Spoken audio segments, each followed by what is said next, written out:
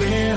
Oh, yeah. Squatch-D TV, they're on the case. Steve and Chris, no mystery they can't face. Busting hoaxes, exposing lies. They're the champs of the Bigfoot mystery. Mystery. Bringing truth, science, and clarity. Squatch-D TV, they're the real deal. Uncovering the truth, it's time to reveal.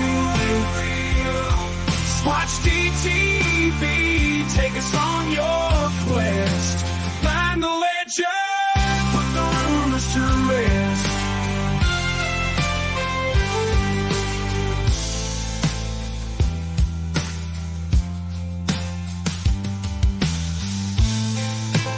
Late at night, shadows creeping. Deep in the woods, secrets lay sleeping. Oh yeah. Squatch-D TV, they're on the case. Steve and Chris, no mystery they can't face. Busting hoaxes, exposing lies. They're the champs of the Bigfoot mystery. Bringing truth, science, and clarity. Squatch-D TV, they're the real deal. Uncovering the truth, it's time to reveal. Welcome to Squatch-D TV, where the truth is first before all else. Join your hosts, veteran investigator, TV personality, and author Steve Coles, and from the Kentucky Bigfoot Research Project and the Kentucky Fried Fixes channel, Chris Bennett. Sit back and prepare to take yourself on a journey with the longest-running Bigfoot podcast, Squatch-D TV. Here are your hosts, Steve and Chris.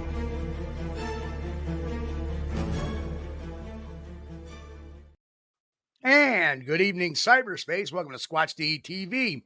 For today's date, August 25th, 2024, I'm your host, your guide, the Squatch Detective Steve Coles, along with my co-host right down there, Mr. Chris Bennett. How are you, Chris? Good to see you, Steve. Man, I'm doing good. A little tired, but we're getting through. But before I go any further, I want to say early happy birthday to my youngest son, Andy. He's going to be 20 years old tomorrow. Wow. So, happy birthday, Lord. Andy. We love you, buddy. And it's a shame that tonight's his last night as a teenager, and he's spending it at home. What a shame. But that's the way it goes. You know, one day you turn 13, and then it seems like a week later you're 20.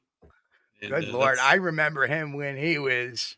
Yeah. That That's is right. awesome. Well, you wish him a happy birthday for me. Yeah, I think he was about 2 or 3 years old. Yeah, when we met, something like that. Yeah. Yep. But oh well, how's things been going for Mr. Coles? You been doing all right, bud? How about that neck? Is it still kicking, or is it still kicking? Still kicking.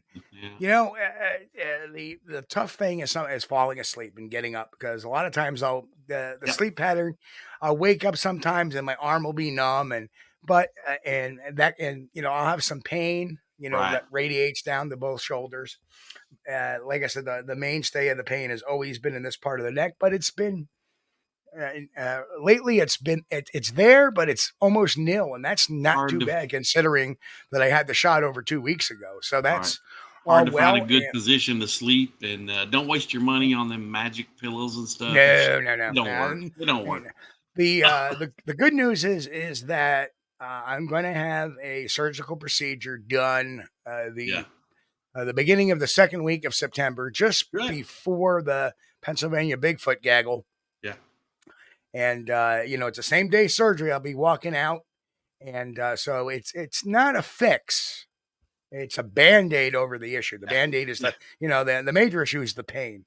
The secondary issue is, the numbness and, vertigo and stuff like that may or may not occur. So weird stuff with you when it starts putting pressure on nerves, man. Weird stuff. Boris asked to see the office assistant, and unfortunately, the office assistant is not in the office tonight. He is off pandering to his mother, asking for treats. Yeah. So, but But if everybody's wondering since we have that question, I'm going to pull this up real fast. Since everybody is wondering, exactly who is the office assistant. And let's see if I can't get one of his more character poses for us,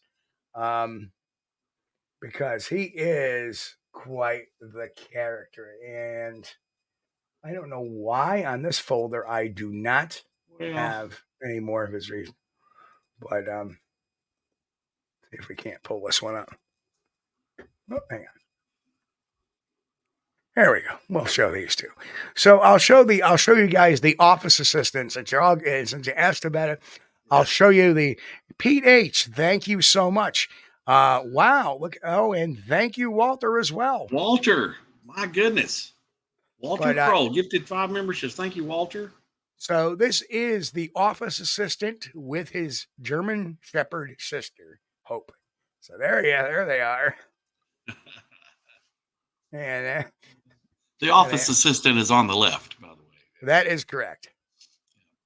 So Watson and Hope. Yep, Watson and Hope. That's them. So yep, those are my newest kids. So well, we better do a roll call tonight. I know we certainly are. Yeah, we've been so busy with other stuff. And first of all, let's throw this out there. Thank you, Robert Sayer, for joining the membership. We appreciate you. Thank you.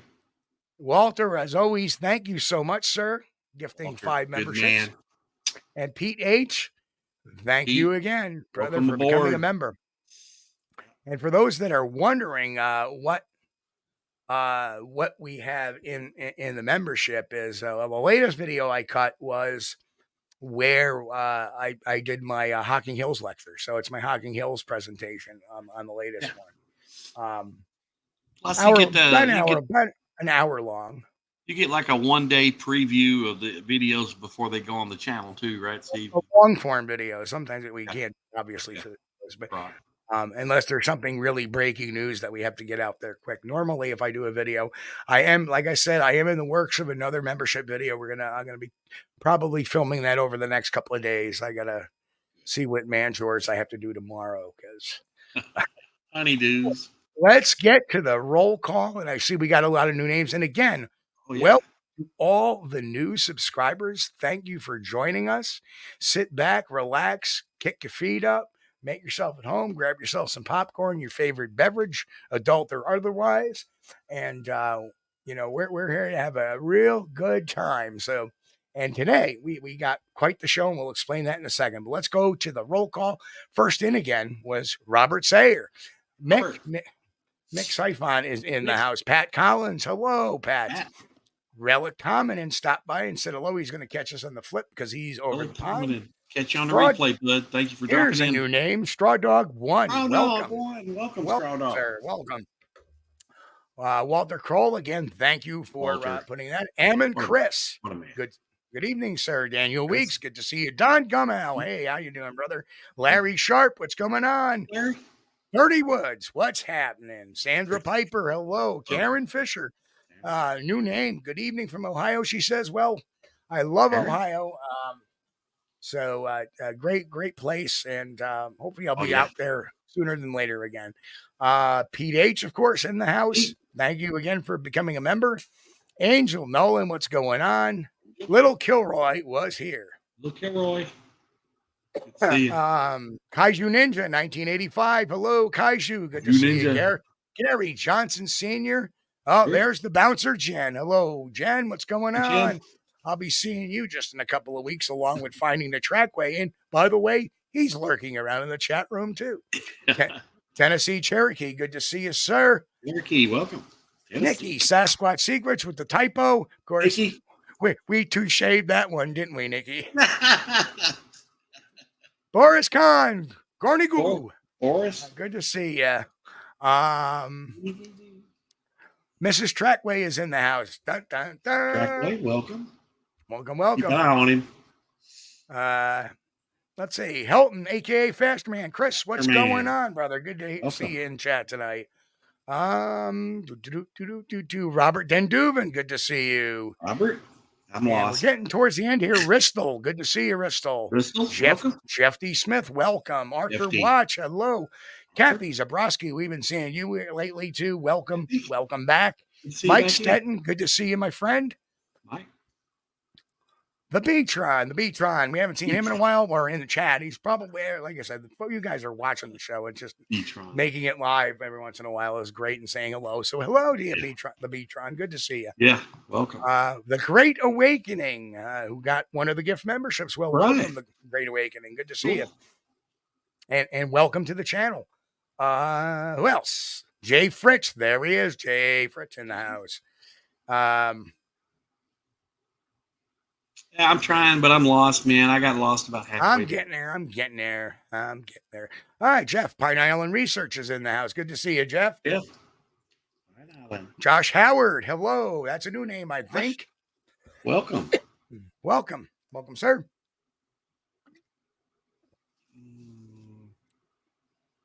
I think Kaiser Soze 88. Hello from Eastern Pennsylvania. Welcome to the channel. Kaiser Soze. That's one of my favorite movies. I love that. Nice. Blake Burrows. Good to see you, Blake. He said he made it. Blake, welcome. Glad to see you, man. I'm glad you got in here. And like I say, we don't hold it against you guys. You can't make the live shows. We understand life happens. That's right. But you know what? The following, there will be a test to make sure you watch the video.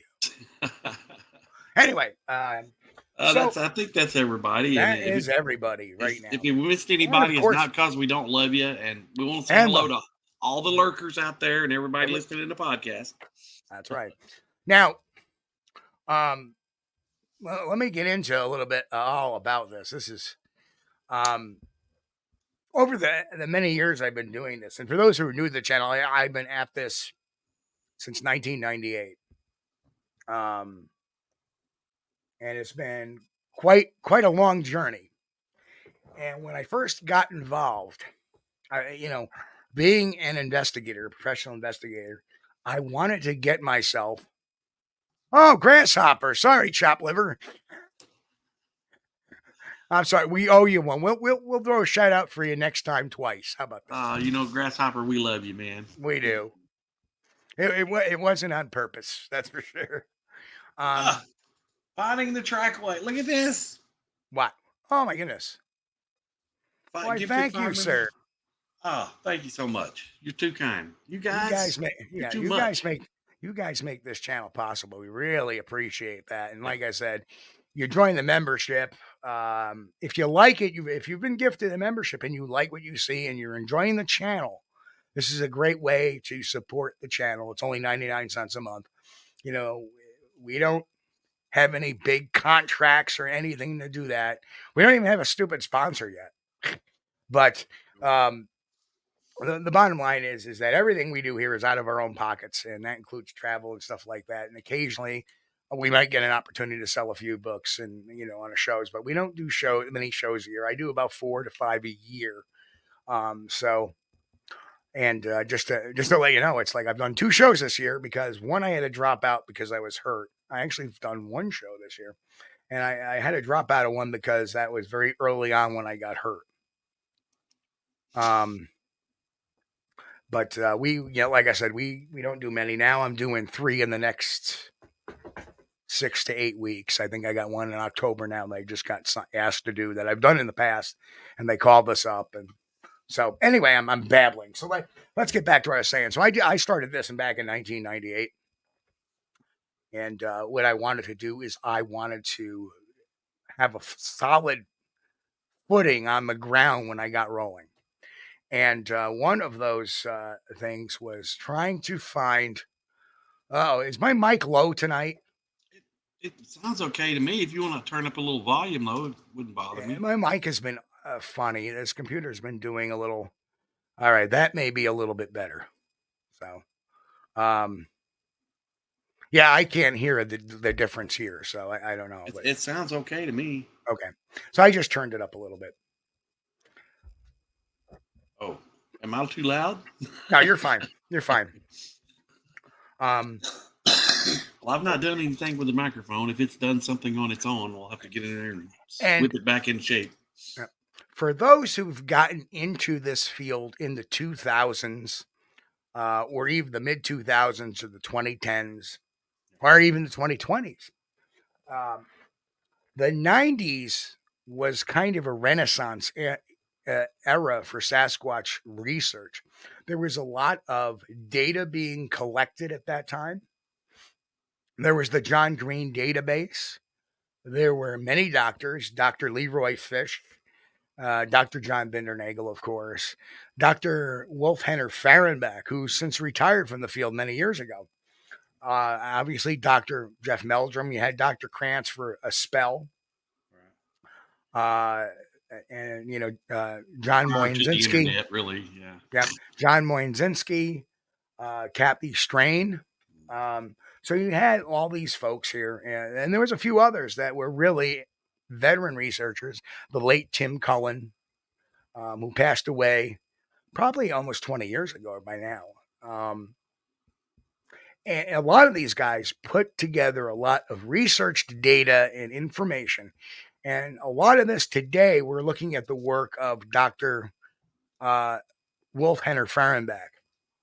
And he ran a group called the Oregon Primate Institute up in Oregon.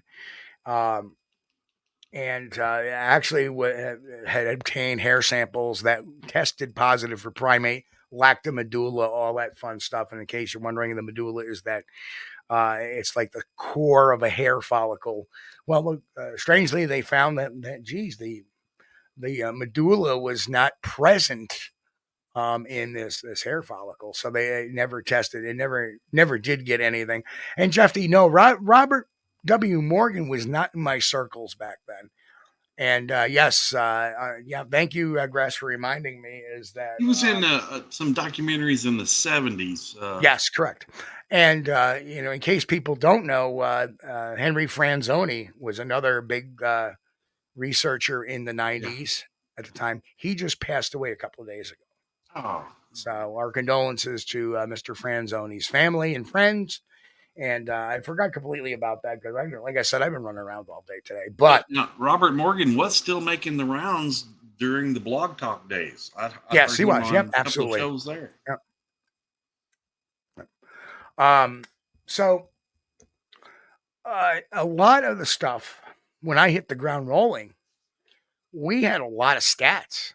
We knew a lot about Sasquatch statistics, given the volume of data and how it was collected, how it was assembled by a scientist who assembles statistics. So that is rather a huge thing. So we're going to start off with, first of all, what are indicators of Bigfoot sign? And you're going to get, and trust me, why did I say trust me? I hate using that term. Believe me that, there are very few channels doing this kind of programming out here. So you see a lot of interview stuff. We do interviews, but we do analysis, we do interviews, but a lot of times we like doing education. And this is something that a lot of channels don't do. They actually do a live podcast on education.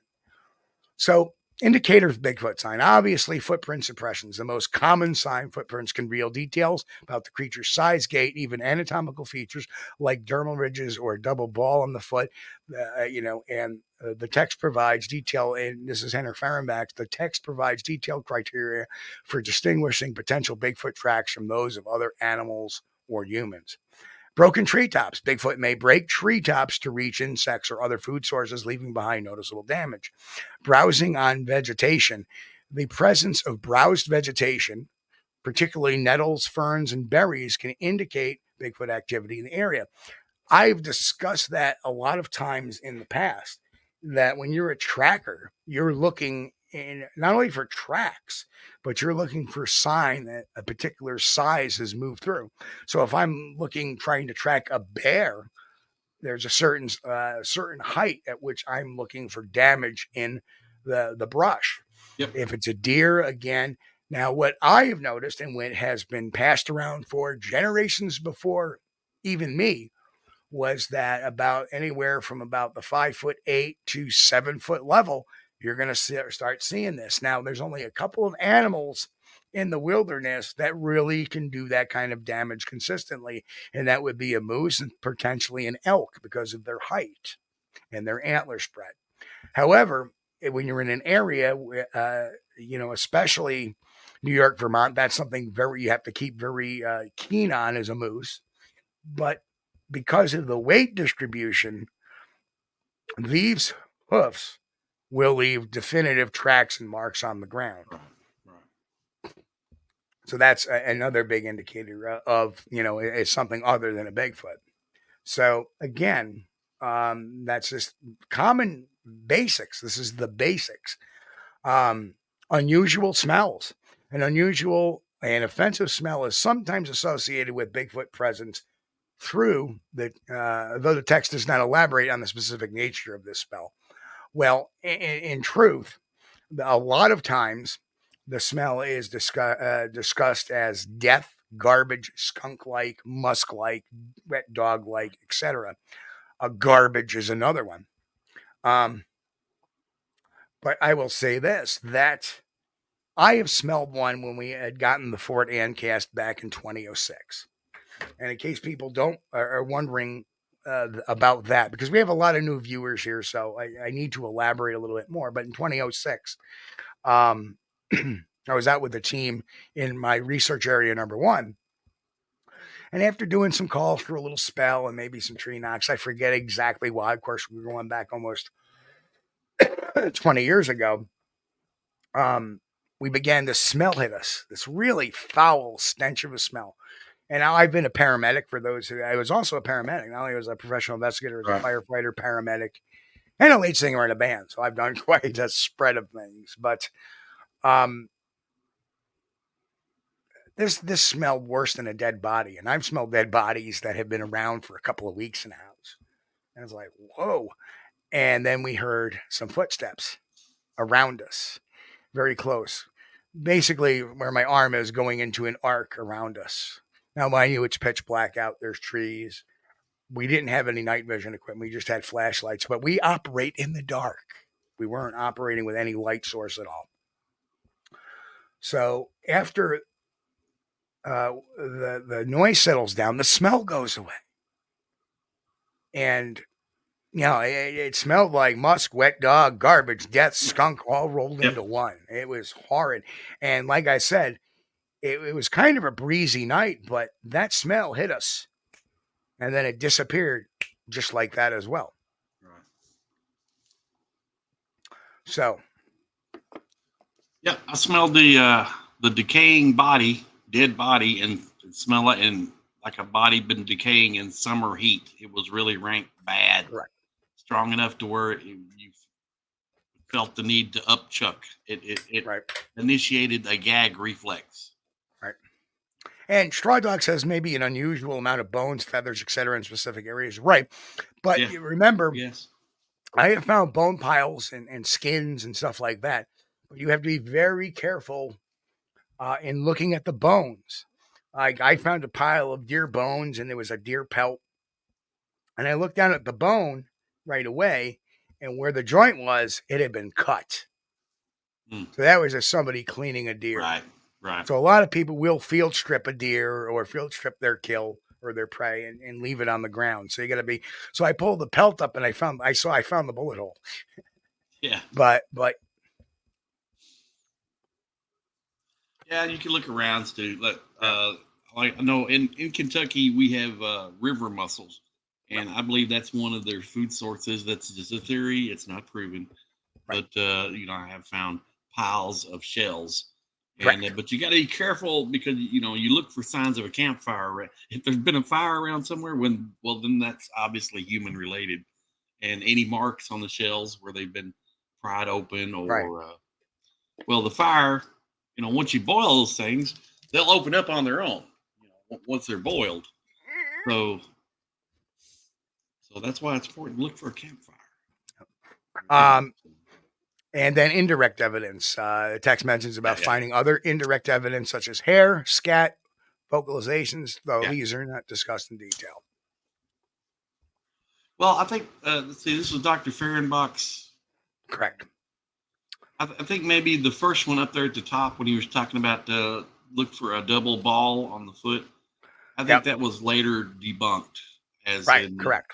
That was the Ray Wallace casts or Correct. stompers. Yeah.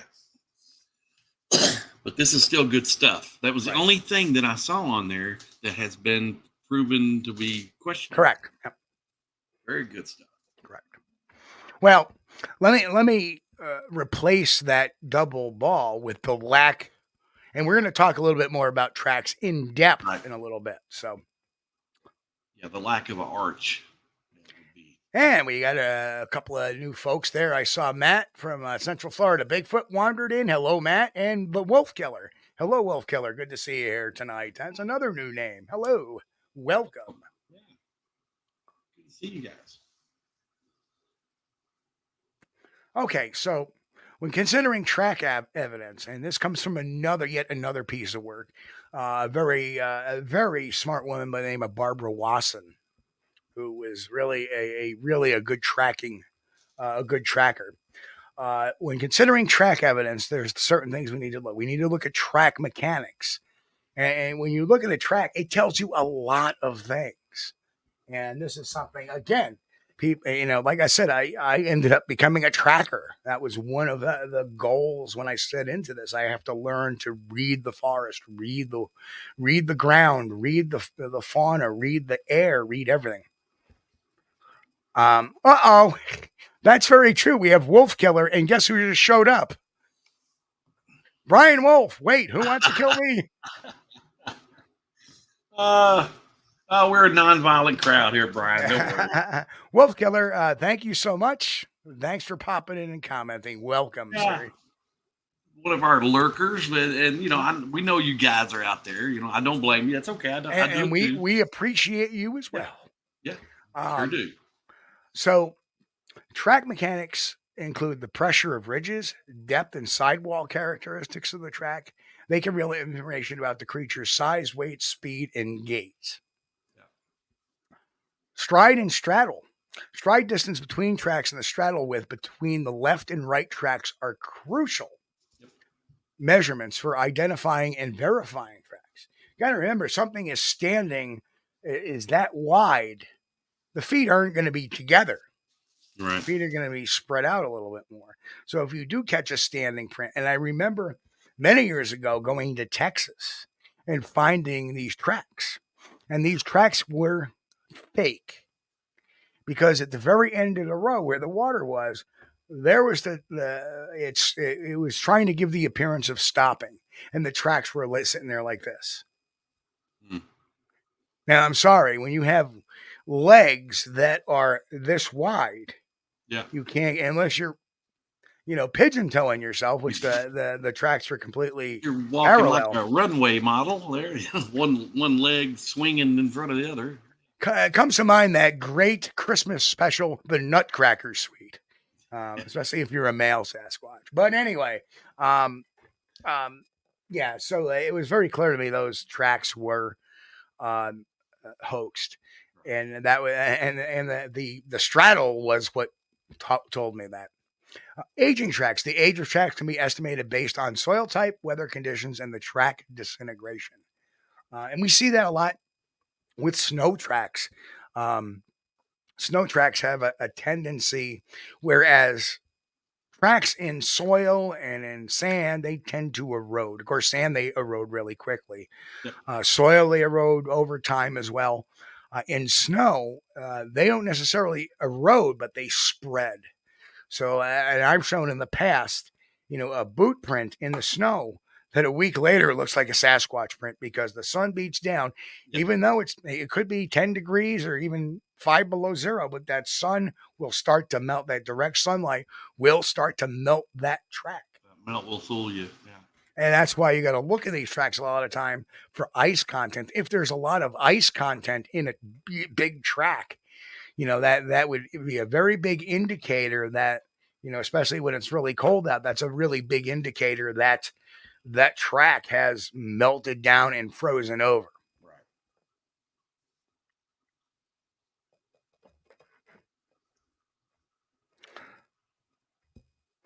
So common misidentified Bigfoot tracks, deer tracks, animal bounds in the snow. How many times have I seen snow tracks where people have written, have sent me tracks, and I see them, and what they are actually snow hare tracks, and they're jumping in the snow. Snow melts, it spreads them out a little bit more, and people are going, look at that stride. Look at that stride of that thing. And what it is, it's just a rabbit going.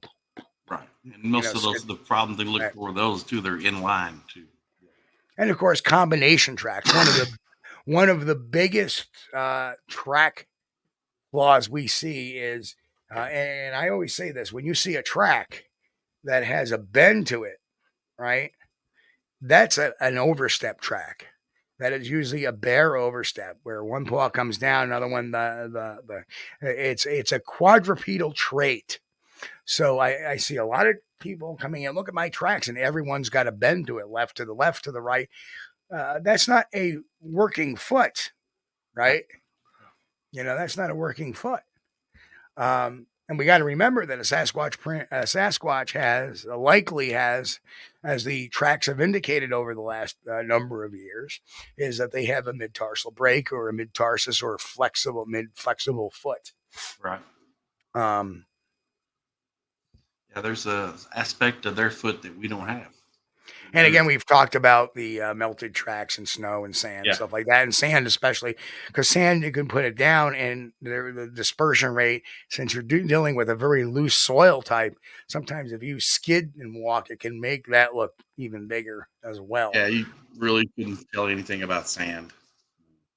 Oh, man. Okay. Now here we're looking at some more at Dr. Fehrenbach stuff. Is that the Sasquatch has evolved from a peculiarly long stride with a long arm swing, and we know that from witness accounts. Now, mind you, Henner is a statistician. He's a PhD. He has a statistician. Collected a lot of reports and also took the entirety of John Green's database back in the 90s and put those together. So this was evaluated using over 700 records of Sasquatch encounters, where if you ever noticed, the John Green questionnaire was very detailed, very extremely detailed. So it was used to extrapolate a lot of the data from some of these. But he used 706 different pieces of reports, extrapolating what the people had reported seeing. And from that, he puts together the data. Now, if the data is false, if this is a myth, if this is something that does not exist, that chart would be all over the place. But the overall was every single, well, you won't see it on the charts tonight, every single chart that he had a bell curve, and the bell curve is indicative of a living, breathing population in relation to other statistical studies that have been done with scientifically known and proven animals. So you have that this data to suggest that, hey, this is a real event going on here. This is not something that's made up. It's not a figment of people's imaginations. It's not misidentification, because the data wasn't all over the place. It actually had a bell curve. So here's some of the information about their tracks and their feet. It has a slow cadence coupled with prolonged ground contact of the feet. So it takes quick steps. There is a suppression of vertical body oscillation described as a compliant walk. The gait is characterized as a bent hip, bent knee bipedal walk, which we've seen on the Patterson-Gimlin film as well, which is different from the human stiff-legged mode. Yes. This walking style has been frequently commented upon by eyewitnesses for its conspicuous fluid grace. It doesn't bound up. We kind of oscillate when we walk because we're stiff when we walk. So as we hit different height elevations, we tend to bounce when we walk a little bit. Right. Now, if you bend your hips, then you can move. And I'm moving my legs, but my legs are bent. But if I was stiff legging it, you see how I have to pick myself up a little bit. So that's the difference between a human walk and a Sasquatch type. So that's why it's fluid gray. Some observers liken it to like they were riding on a bicycle, and people just describe, here's this thing just going right across the field like that. Smooth, yeah. Now, here's an interesting thing. If a bear was to walk upright, it would be very stiff. It does not, and it would be very like, now, because it's just walking on two little legs. So it would take a little more time for it. The descriptions we have a lot of times are, with these huge strides, it's in and out. They're really fast. They are, Well, their gait, the way they walk, we would term that. Well, in the military and special forces, they teach you to stealth walk, and that's where you have bent knees. You place the front of the foot down first before you place the heel, and you walk very smoothly and very quietly that way. And you also have bent hips as well. Yeah. Yep, because you're almost like in a half crouch. Yes. And anybody who plays Call of Duty would know that. You hit that. You hit the B button, and the guy goes. Yeah, but I think their standard mode of motivation is what we would call stealth walking, and whereas humans, the way our foot is designed and the way our leg is designed with our heel and stuff, we kind of like pole vault. So we're like boom, boom, and the head is bopping up and down. Well, Mick says he's not getting his notifications for the shows. What I would do is just go back and hit the notification bell again, Mick. We have, you may have been relying on the old TubeBuddy page we were using. That was really an ineffective and a cost ineffective item that we were using. It was another website that was sending out email notifications. You should get them directly in YouTube. What you do is just go into your settings for the channel and make sure that the notifications are on. That's the best I can tell you there. Kaiju Ninja made a good comment here too. That is that present in the Freeman footage? It kind of looks like it when it takes that first step. Absolutely. To me, the Freeman footage, the reason why it only bounces a little bit is because it's going down a hill a little bit. And if you look, the hill is down and then flattens out and then down again. So it kind of like makes that kind of, but it is kind of, and again, it's stride. And even if you look at it closely, you can probably tell by the straddle looks appropriate for a Sasquatch. That's why people ask me why I believe in this stuff. And you can't really, it's still an objective or a subjective observation. It's not proof, but in looking at that, knowing what I have known this stuff for years. I've lived, breathed, and lived this stuff for the last 25 years. And I realized that perhaps people don't know my point of views because they do not understand the materials that we had back in the 90s to unfold this. And I got to say, it's much easier now with, AI to use, to put those articles in there, to parse it. So you don't have to sit there and try to figure out a 10-page report. You can break it down very concisely into a page with some bullets. But that's and you got to ask the right questions too. Smooth gait is very evident in the Patterson-Gimlin film.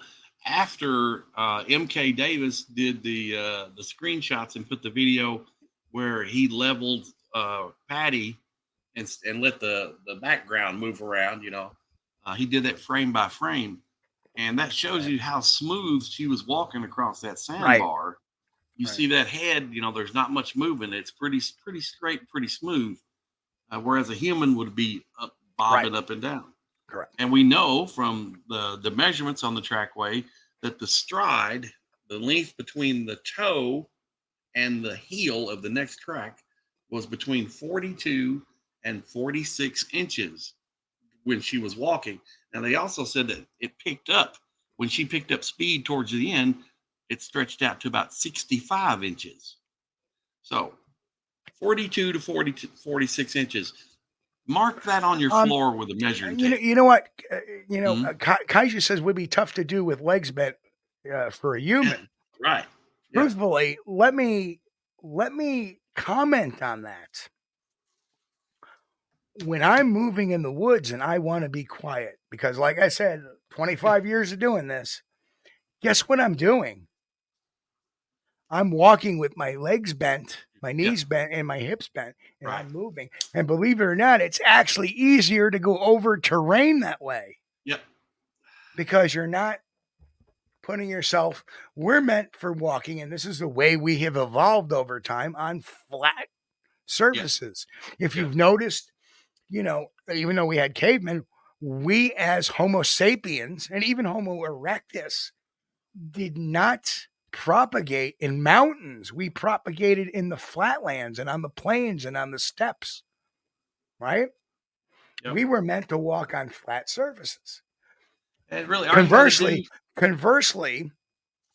the Pongids and some of the earlier Homo species like Homo habilis and Homo floresiensis and Homo naledi, they had combinations where they had straight line toes, but they had reversion back to that midfoot flexibility, which is more arboreal. And give me 1 second, Chris. Say what you're going to say because the office assistant is knocking. Go ahead, bud. Well, I was just going to say that that's true. It's more difficult for a human to walk with their, let's say, with their knees bent rather than locked because that puts all the pressure on our thigh muscles to hold us up. Now, with a Sasquatch, I'm sure they've got quite a bit more thigh muscle than what we have. But that smooth gait, that requires a bent knee gait. And that was one of the experiments I did when I was investigating on the Patterson-Gimlin film, because we know we had 42. Oh, there's Watson. There's the office assistant. Since we know we had the measurement of the trackway, they measured the stride. So you just take a measuring tape and mark down 42 inches on the floor. Put down a piece of tape. Then put it, measure out 42 inches away from that tape, and then put down another piece of tape. Now walk across, make those steps with bent knees without bobbing your head up and down, and see if you can do that. And you're probably going to need to be about 6'5" to even attempt it. But even at that, I don't think you'll make it. My nephew couldn't do it without his head bobbing up and down because he was trying to lock his knees back in place. So I don't think it's possible for a human to do it. But like the problem with that though is me and Steve discussed it. Well, if that film was faked, they certainly could have faked the trackway. That's the problem. Mick just mentioned he's 6'6". Mhm. Mick is a Sasquatch, I think. Yeah, Mick. You can walk bent knees with a smooth gait, and the top of your head will be level, look like you're on roller skates. Okay. But when you start stretching it out between 42 and 46 inches on your stride, that's going to stretch your legs out, and the top of your head is going to go down. And then when you step, the top of your head is going to go back up. Right. So it's a really cool experiment.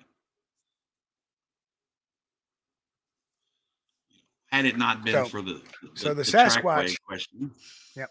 The Sasquatch reportedly has a longer bipedal double support during the stride cycle. This means that both feet are on the ground for a longer portion of each step compared to humans, which means we quick step a lot of times. Right. Because of this thing is a little more that's fascinating. Right. And it's just the difference in the way we walk. When we're walking normally, we've got our knees locked and we're pole vaulting. Now, why are they flat-footed? It's because this adaptation is believed to reduce peak forces during heel strike and toe off. Right. And divides the body weight more evenly between the 2 feet. Yeah. And it also divides it within the foot itself. There's not as much like because we use the ball of our foot, there's more of a lever action. right? So the foot comes down and then it bends up and it comes up. So there's no lever action in the walking. So that's why a Sasquatch is flat footed. Now, if you think about this, if we all put this in our mind and think about the mechanics of a stepping Sasquatch, this all makes sense why they're flat footed, right? Yeah. You gotta have a foot to support that much weight, because they're gonna weigh a whole lot more than what we weigh. And if a Sasquatch tried to walk with our feet, he'd end up with a bunch of broken bones in the foot. And this is consistent with primates that do still have a midfoot flexibility, right, in their tracks.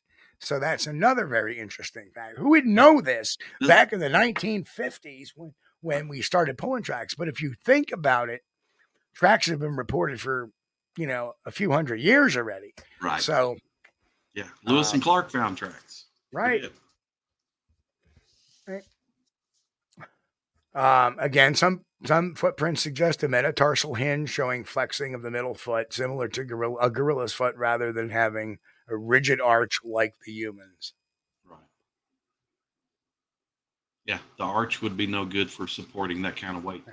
And I appreciate that Wolf. He believes PG's film was real. Freeman was a person in costume. Perfectly entitled to that opinion. I actually think that Freeman footage is real. I'm leaning towards more that it's real than it's not, for a lot of those reasons. If you think about some of the mechanics we talked about, the way it moves, it does not look like a person in a costume to me. But yeah, well, and Mick, that's very true. He says, but Good. Again, Wolf, you're entitled to your beliefs, and so. The interesting thing is, and folks, if you want to screenshot this stuff, go right ahead. This is some of the tools I use off the Fehrenbach study of John Green's data. And this is where it becomes a little more, how should I say?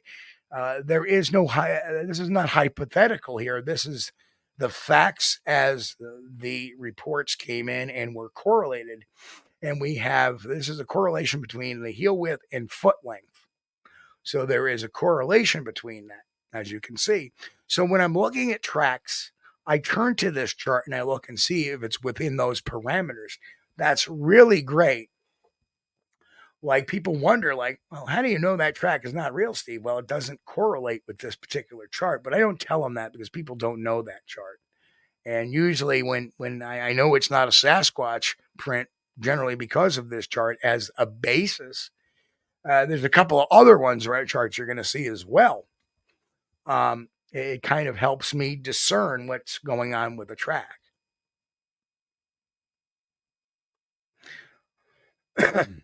So that is correlation between Sasquatch heel width and foot length. Next chart we have is the Sasquatch step length versus foot length. So the size of the foot proportional to what the the actual stride was, right, or step length. And the stride will change, depending on what the creature is doing at that time. If it's just walking a normal stride, like Patterson Gimlin, the Patty was 42 to 46. When it got speeded up, it stretched that stride out. And if you think about this, they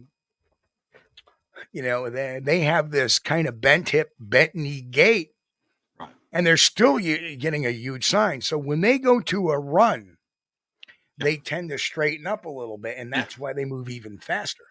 Right. Incredible speed. And the last chart of the night we're going to show is the Sasquatch height versus foot length. That was charted as well. And this, as I mentioned, there were 706 reports, I believe. It was over 700. I believe it was 706 was the number of reports using the John Green database and John Green's basically report methodologies. And obviously there was... I'm sure there's probably some reports that did not have track data with it, but for the witness, when they did retrieve tracks, They had the track measurements. They had the height measurements from the witness. Right. Over 700 reports. Over that's a 700 pretty good. reports. Yeah, that's a pretty good That, data model. that's a good sample. Yeah. And folks will say, well, that data is like 30 years old, and some of it's even 50. Doesn't matter. I mean, this is Still just good. data. It's all reported sightings. I mean, let's face it. I mean, we look at whales in the last 60 years, and it all charts the same over the years, unless there's an evolutionary shift. It took a couple of. I mean, if it was just 200 years down the road, this data is 200 years old. I would say, well, we really need to redo this study because, as we've seen in human evolution, that years ago the average person was 5'9". Now it's 6 foot. We've become bigger. We've become more robust. And then again, we have the not that done. Well, I think in the U.S. that's then due again, to the diversity of the population. we also have Bergman's rule too, which can interplay into it as well. And Bergman's rule is, there are differentiations in heights because of, Right. Environmental conditions. Yes. Well, that's an interesting question. Kaiju says, how tall do I think a Sasquatch can get? I would say the outliers probably would be at like a 9 feet. That would be my guess, and that's only a guess. It's my opinion. It has nothing to do with any kind of base data. But from what I've seen over reports over the air, I mean, I know there's people, it was 10 foot tall. Again, when you're looking up, I always bring this story up that when we're all little, as little kids, we think our parents are huge. We think our grandparents are huge. And as we get older and grow, we realize that, dude, they ain't very tall. Yeah. Right? Think of the perception, right? Think of the perception of people when they see me. People, for many years thought I was this tall, big guy. And as it turned out, I'm 5'9". I'm not tall. You'll always be 10 foot tall to me, Steve. Thank you, man. I appreciate that. Anyway, so that's my thoughts on that. I think they can get big. When you get to a certain height, you tend to lose perspective. Right. If you're looking at something, I mean, it's like go in front of a building, right? How tall is that building? Well, okay, you can look at a 2-story building and go, okay, well, it's about 20 feet tall, right? But you go to a 136 floor skyscraper and try to figure out the actual height with that. And you're like, I can't tell because the floors aren't broken off, right? Yeah. So you really... Well, you can count the windows. Truth that. Jay Fritz says Steve was taller when he had hair. Amen. And I haven't had hair in a long friggin' time. I think it was probably when I was about 26, 27. I used to get brush cuts because I was a paramedic at the time, and I used to keep my hair really short and fire department stuff. You didn't want hair all that. And one day I had my hair shaved, and I sent it on vacation. And it just didn't bother coming back. So. Yeah, just always remember if you have a sighting, if the creature is standing next to a tree, since you're going to be in the woods, it probably will be. Just keep in your mind's eye where the top of that creature's head was at, and try to find a limb on the nearest tree to correlate. That way, you can go back and measure that limb from the ground. The sighting I had in 2011, it was like I said, it was about 100 feet away, maybe more, maybe less. I don't know. I never really walked it out. I didn't have a wheel at the time. But there was a utility, but it was standing right next to a utility pole. So off of that, I could kind of guesstimate the height. And it was between 7.5 and 8 foot tall. Your average typical Sasquatch. Right. The one I had seen a year later, that one, I was only 50 feet or less away from that one. Probably between 35 and 50 feet. And it was like, it was a little smaller than me. And so that's why I kind of figured about 5'5". Now, could it have been 5'6", 5'7", maybe, but it was definitely a juvenile. And that was long story. The stories are on the channel somewhere, but I don't want to go into all of that tonight. But yeah, it was when you, like I said, the taller you get, the more perspective you lose.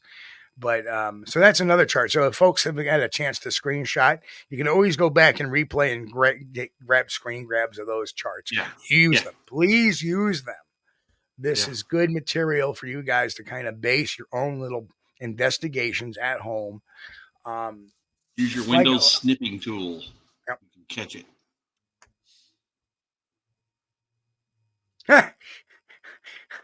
Makes sense. When I hear about sightings of a creature 12 to 15 feet tall, I immediately file it with the finding of horse feathers.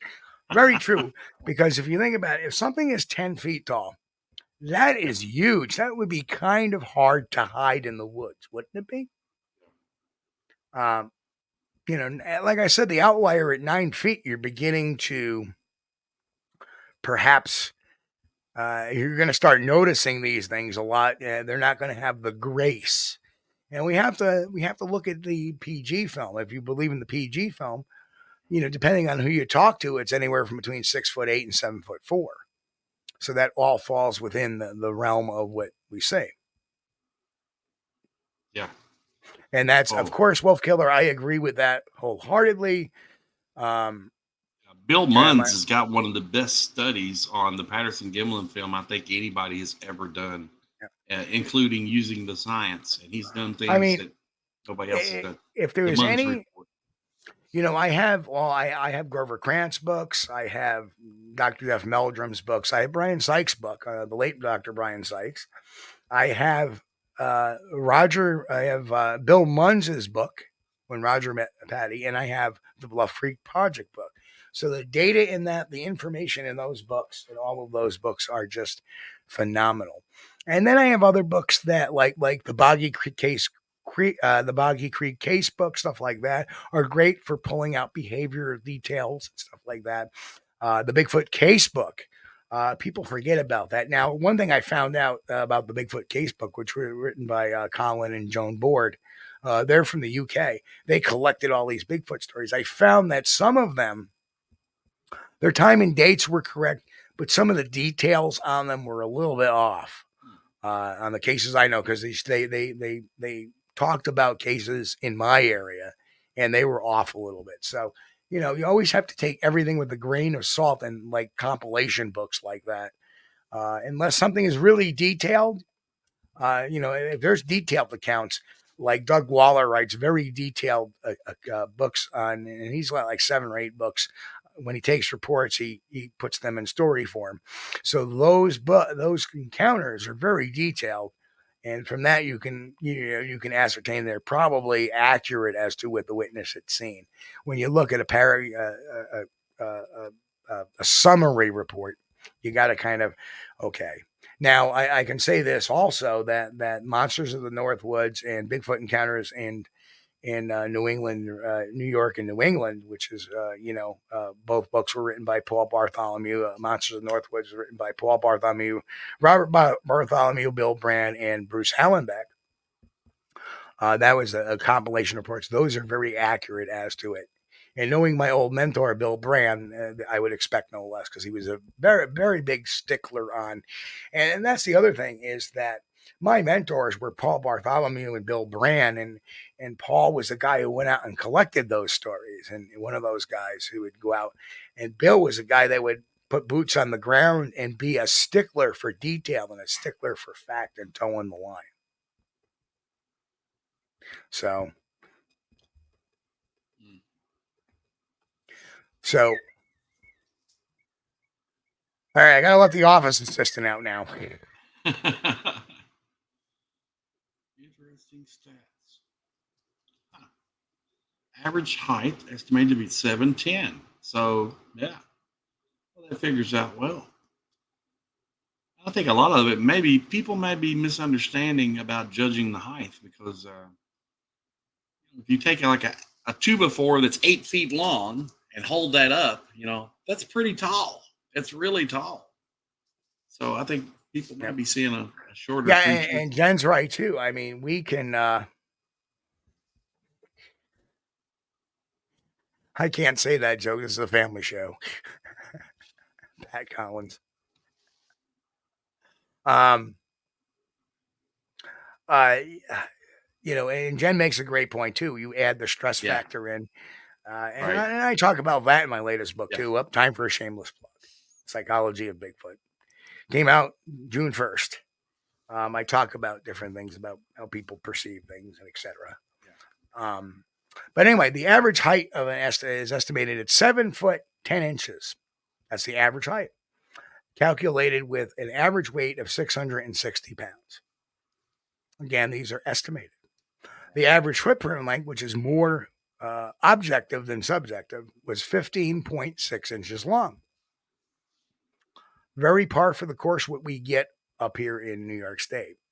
The average pace length is 5 feet, 60 inches.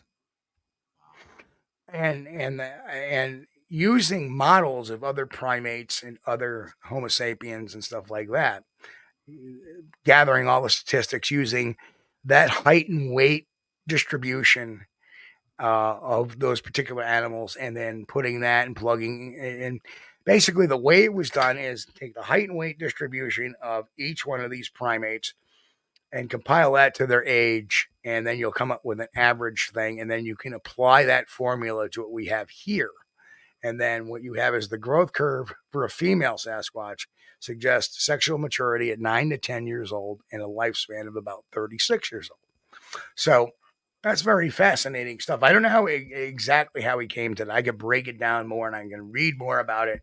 But like I said, this is data sets that I've worked with for years. Now that to me is interesting, but it's really inconsequential to other Bigfoot investigations, right? Because who cares how old it is? We know what height it is, we know what weight it may be, stuff like that. Well, I think he's probably trying to do some comparison there to the other known primates like gorillas and stuff. Correct. Yep. Absolutely. That's reaching a little bit. I think it's reaching. No. It actually is not. Like I said, if you take the formula for the based on, we know what the average lifespan of a Homo sapien is, correct? Right. We know what the lifespan of a chimpanzee is, correct? And a gorilla and an orangutan and a bonobo, and then you put all of that together based on we know what their average age is, and now we know what their average height and weight is, right? So then you come up with a formula that basically says we know that for this height and weight we come up with this value. It's very similar to the way we broke down the Canadian the boater video. Was if it's this tall, this is the value. If it's this tall, this is the value. If it's this tall, this is the value. And we realized the stride length was not big enough to be a Sasquatch. Right? It was a human stride length. So that's how we kind of figured it was a person in the costume, and then the boat weight kind of confirmed that when we got the video, the actual larger video. So, and again, there is proof that statistics can work very good to debunk something.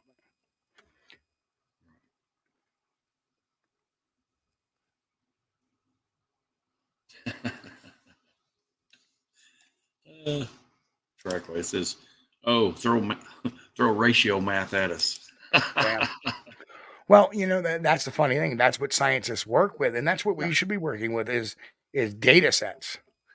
Data sets will bring you to some ideas, and people wonder, well, how the hell can you figure some of this stuff out, Steve? And it's because I've used these data sets for years. Yeah, Wolf Killer's got a good one here. It says, so if Bigfoot has a stride of 60 inches, are they jogging or walking? That's a good question. That's an average stride. So I'm sure there were some that were in a run, and there were probably some that were in a walking. Right. And when you start putting the numbers together, and a 60-inch stride is nothing. I mean, there's been ones that have been 48, 50, 52 inches. Yeah. I mean, you're just talking maybe about another 8 inches. And if it's right a run, it's going to, Yeah. If Yeah, you they can talk, really stretch it way out there when they're running. Yeah. well, like Pat Collins was saying, and I investigated Pat's sighting, and Pat stated that the Sasquatch he saw basically took 4 steps over U.S. Route 9. Yeah. And in that particular portion, U.S. Route 9 isn't very heavily traveled, especially at the time Pat was there. Right. And, that's a 2-lane highway with a 3.5-foot shoulder on each side. Yeah. So, 3 steps, that is about a 60 to 65 inch stride. Right. And it was booking it. Yeah. Yeah. It depends on, you have to really, if you just find a trackway, you have to investigate the track itself and read it to determine, well, was the creature walking or was it running? Right. And especially if a lot of these sightings may have been roadside crossings, some of these roadside crossings. And when you have a roadside crossing, you can open up the throttle a little bit with your stride because you don't have objects you have to navigate like brush and rocks, stones, different types of, changes of substrate, correct? Yeah. So, that definitely would hinder some of the stride. That's why it's important, to maybe study up a little bit on tracking. Now, I was raised in the country, and I had a granddad that was really good at it, and he tried to teach me. I didn't learn much of it, but I learned enough. And so study up on tracking, what a track looks like, what the animal's doing. Right. Learn about foot strike and kick and push off and depth of that nature. And depth. Yeah. Learn about that stuff. Ties you with another great question. Do you think Sasquatch climb and stay in trees a lot? Here's my thoughts on that. In 2003, I got the Pridgeon video, aka the New York Baby video. And I remember having a discussion with the late, great Bobby Short over, well, what makes you think that Bigfoot goes in trees? And I said, wait a minute. This is not a full-grown adult Bigfoot that we see in this tree. And this is a very young juvenile. Right. We see a larger object. We see it jump off either the back or the front of it, move a little bit over the tree limbs, climb up, swing a couple of times, and then drop into a tree. Yeah. Has no tail. And it's very, very fleeting, but it's large, and again, it's in a place where you are not allowed to have primates, either in the state, unless you're a licensed zookeeper, or even on the property because they didn't allow pets. And all of this information it was corroborated. And I think they allow the young ones to play in the trees because... Well, when we're younger as primates, we climb things. Baby gorillas climb things, even though they're floor dwellers, right? Forest floor dwellers. Mm-hmm. The reason why is because we're learning about our hands and feet. So that's why even as young Homo sapien children, we climb trees. We climb things. That's why they have monkey bars and hence the term monkey bars. We have monkey bars in parks because we're learning how to use our hands and feet, learning their dexterity. But as Dr. Meldrum has pointed out too, when we get a lot older, when we start getting older, we gain a little bit of weight, don't we? Right. Some more than others. Mm. And what happens is some of those branches are not going to support our weight any longer. Right. And the other thing happens too is we start to lose some of our flexibility and our limberness. Our bones become more rigid. Remember, a young child, I've seen this happen. I've seen a 3-year-old child responding to a call in Green Island, New York, one time back in '93. A child fell out of a 2nd-story window, a 3-year-old. Hit the grass below and did not even break a bone. And the reason why is that at that age, at a very young age, the bones are very flexible. They're not rigid, right? Yeah. So that's another reason why we have a predisposition not to start climbing things without a lot of aids at an older age, because if we fall, we're going to break something. And if we're heavier and that tree branch breaks, not only is the tree broken, but we're broken too. Yep. So, and then as we get older, we become a lot less limber. I mean, it's not easy if I have to get under the sink to replace a pipe at my age versus 30 years ago, right? So I think that they do not, obviously with the reports of many nesting sites where there's been legitimate reports of, fauna laid out on the ground and appeared to be laid in and stuff like that over the last 100 years or so. I think it's safe to assume that they do not go up in trees as adults, but as a young, they might scamper up there to avoid prey and predators. So a very complicated question for a complicated answer for a simple question. Well, I think they can go up in a tree. As a matter of fact, that's one of my theories about how they bring trees down. They use their weight. The heavier male Sasquatches will use their weight to climb up in a tree and then lean that tree over and bring the tree down that way rather than actually physically pushing it over. But now that's just a theory that they could use leverage to bring the tree down rather than physical strength. Because I don't think they're strong enough to push one over. But I don't think necessarily that means they hang out in trees. No, I don't think they do. No. No, I wouldn't. Because like I say, you're talking about putting a 660-pound weight into a tree. That's a lot of weight. Right. That's a lot of weight.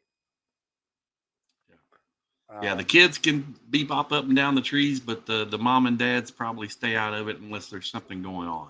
Yep. Good question. Really good question. And it sparks a lot of thought. It really does. Yeah. Yeah. I used to do the same thing. Mick said I'd climb to the top of the tree as high as I could. I did too, Mick. Did the same thing. And here in Kentucky, we had cedar trees here too, locally. And you could climb one, when I was around, 90 pounds, okay, you could climb a cedar tree that was basically about 6 inches in diameter. And when you get up to a part of up near the top, hang on to it and jump out. And you could ride the tree to the ground. It would lower you to the ground, not really slowly, but slow enough you wouldn't break anything. You used to ride the trees. That was fun. Pat Collins said I can barely climb a bar stool now. Right. And we also have to remember, too, that, Finding Trackway, same age as Steven, climbs trees every year using climbing tree stands. Yeah. Okay, I get that. But we have to realize, too, that a Sasquatch, remember, we can't put anthropomorphic traits onto a Sasquatch. Just because we do a thing using a tree stand doesn't mean they would go up there and make a tree stand and go up and sit in a tree. Right. Otherwise, that would probably be discovered as well. Yeah, Bristol, that is, actually it's on the, it's actually on the other side of the Hudson River from Poughkeepsie. It's actually, I want to say it's Ulster County. It's more near Modena, New York. Modena.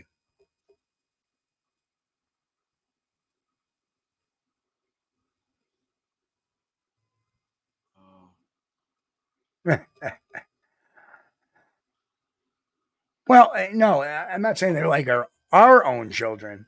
They're like primate young. And that's why we believe, Sasquatch is a primate, and all primate young like to climb things, because again, it's about the learning experience, about, and they, Woodbugger Farm says, in my opinion, they use trees for blinds, a sort of corral to hunt. Maybe so. We know they use them for cover, and they stand very close to them. A lot of times there's reports of them swaying, and that's a very big gorilla or a chimpanzee type of thing, a very primatal type of thing. Well, in 2010, I lost the trackway that I was following. and had been following for a while, and he just disappeared. And after the fact, I remembered there were trees around there. So something that whoever was leaving those tracks had went to the trees and thrown me off. Their trackway just ended, just like disappeared. And so that I'm pretty sure they used the trees. They skated over, a few trees over, then popped back down over there where I wouldn't pick up their trail. Now that's pretty some pretty deep thought, like counting on somebody knowingly going to follow your trail and then throwing them off. That's pretty deep. Or if you ever think about it, maybe they sidestepped you. I mean, especially if you sidestep in the substrate that's not as porous as, Oh, well, I used the stick and everything trying to locate them. And, I was like about 15 feet around looking for the trail and couldn't find it nowhere. It's my belief they went up in the trees and they tapped it, went out to another tree, and then came down, well out of the area where I was looking. But yeah, that was my plan. I was going to follow those tracks to the source. And now, that's, this is very interesting too, is that Wood Booger Farm says, I have found deer tracks mixed with, basically booger tracks. And I get that in some parts of the country, they call them boogers, not Bigfoot. They were both on the run towards, what he calls a kill box, and it appeared to be an ambush. The video of deer hair and blood in a tree it used, and they use it to smash the deer. And that makes a lot of sense. You have something, again, we're going to get into one other fact of what they can lift, but it would pick up the deer and it uses it to crush it against a tree. That would kind of make sense as far as, how it would go about killing something, or, maybe even breaking it down so it can pull it apart and consume it. But I've noticed, though, you will find deer tracks right along in the same area that you find Bigfoot tracks. It's usually always the same. Like that one, I sent you a picture of a small track, and in that track there were deer tracks in there. There was a rabbit poop, all in the same area. Yeah. Now, I will also make a comment too, and this just came into my head too, is that we talk about tree climbing and stuff like that. The midfoot flexibility, is kind of a trait of a tree climber. Right. So understand that too. But the inline toes are not. The inline toes are of a walker. So it has this combination of a foot where it has inline toes and a flexible foot. And it's amazing to me because, people will give this a human quality because of that footprint and having inline toes. Mm-hmm. They're no more human than the homo habilis. But with that midfoot flexibility, they will be able to climb trees better than you or I. Yeah. Still. Well, yeah, because they have that foot flexibility. Midfoot flexibility. Yeah. They would climb even better, and this is another reason why I don't think they climb trees, is because a lot of your tree climbers use that opposable toe that's on their feet, whereas a Sasquatch has inline toes, so it doesn't make it 100% efficient to climb trees. Yeah. But you can still that foot could bend and then curve around the tree. They're well adapted to climbing trees, but except for their weight. And Wood Booger Farm, the mid-tarsal break is the same thing as midfoot flexibility. Actually, the more anthropological term is midfoot flexibility rather than a mid-tarsal break. I've learned that over the last month or so, but because a lot of reference in anthropological scientific stuff, especially when talking about Homo habilis and Homo florensis and Homo noleti, they talk about the midfoot flexibility. That's how it's termed. In combination with the inline toes. Yeah, which Homo noleti had. They did not have that opposable toe. Bigfoot hair. Let's talk about Bigfoot hair for a little bit. Sasquatch hair, like that of other primates, has mostly a consistent diameter throughout its length. the medulla, the central canal, is absent in highly pigmented Sasquatch hair and lightly pigmented Sasquatch hair, excuse me, similar to blonde human hair. Dark pigment in Sasquatch hair has a non-cellular amorphous medulla. It's currently challenging to definitively differentiate between human hair and Sasquatch hair. That's a very interesting thing. That could lend a little bit that it may be towards more us than, say, a pongid. Sasquatch hair length can vary from a couple of inches to 15 inches, as it does on human and Homo sapiens and other primates as well. Just to make that side note. And while it exhibits various colors, its most often characteristics is a reddish cast under a microscope, and that's very interesting. That all the hairs, regardless. Now, for those who don't know, Henner examined a number of purported Sasquatch hair, but because it lacked a medulla, they could not DNA type it or get any further data from it. So that was a big thing. A big thing that was talked about in the 90s was the Sasquatch hair lacking a medulla. But it's amazing to say that most of the hair, regardless if it's blonde or black or brown, under the microscope, it casts kind of a rust-colored or reddish color. So I think the DNA technology has advanced now, because I think they can actually crush and destroy a hair sample and pull DNA from it now. Perhaps. That's what Sykes did when he did a report on that. Okay, so Mick asked, what was that? Do you think the polar bear thing? Right, yeah, that Arctic bear that supposedly they thought might have been extinct. Ooh, I don't think so. No, and and you know why? Because nothing with hair sheds. Nothing with hair sheds. Things with fur shed. Bear shed, dog shed, except certain dogs like Shih Tzus, because Shih Tzus, and I know because the office is a Shih Tzu, he has hair. It grows. It has to be cut, right? So when you have something that needs to be cut for length, it doesn't shed. Right. So when you look at like even a poodle, you have to shave a poodle. They don't shed. Yeah. German Shepherds shed like them.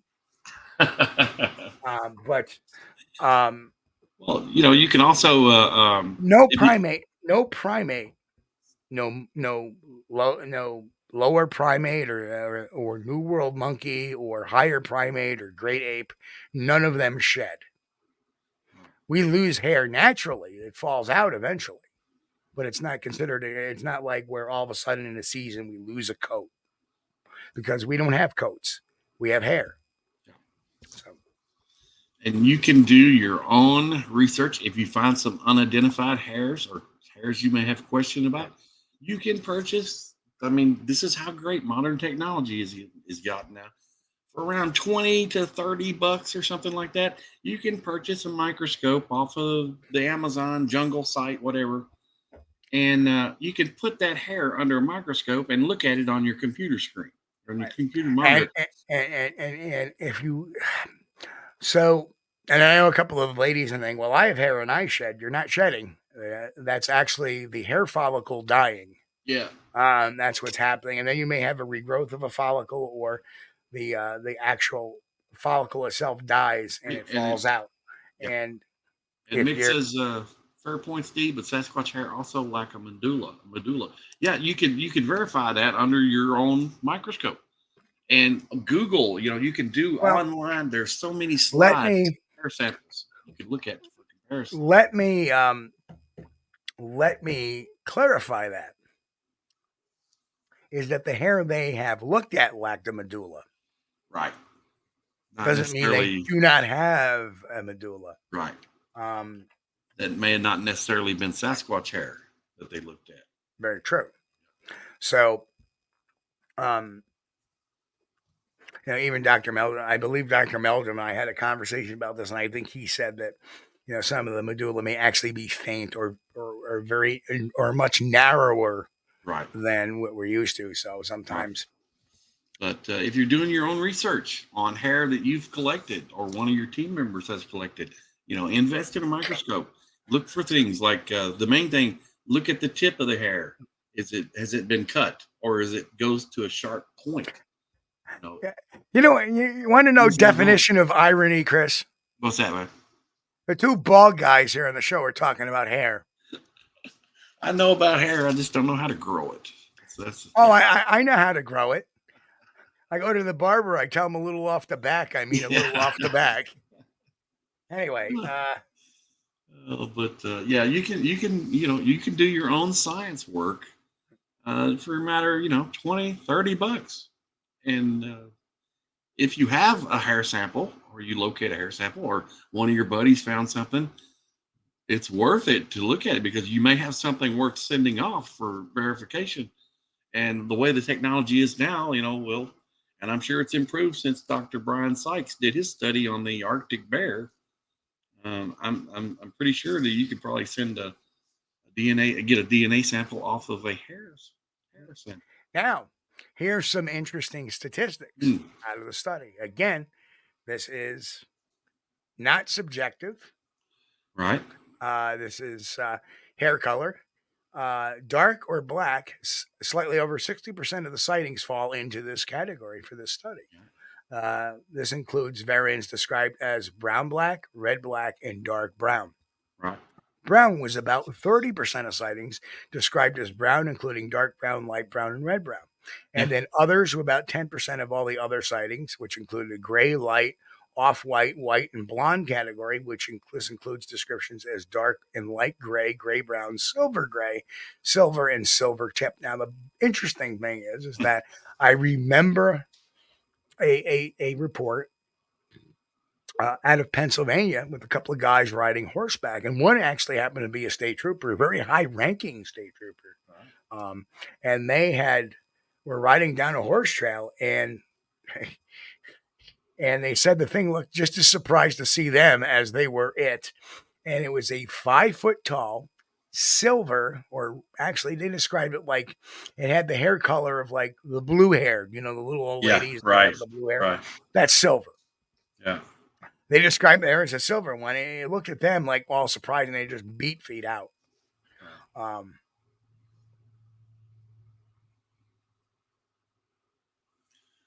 No, Wolf Keller.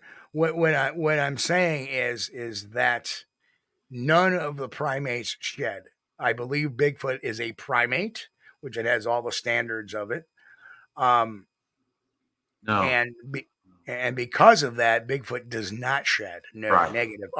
Otherwise, again, and we're going to get into another topic. If they shed, my guess is we would have found a lot of their hair. A lot of hair samples. At one point. That's a pretty, I mean, think about it, like I said, my German Shepherd and somebody, if I take the brush to her, which she hates, by the way, I mean, what dog hates a brush? I've never seen that. But anyway, you brush her. If we kept the hair for like a couple of weeks, we'd have a whole nother German Shepherd. So imagine something that's, 660 pounds and on average about 7 foot tall. That's a lot of friggin' hair. Well, let's talk about something here, Steve, while we're on the topic. Where would be a good place or good situations to look for hair samples? Like in the woods, snags on the side of a tree. Snags on the side of a tree. Look on the ground.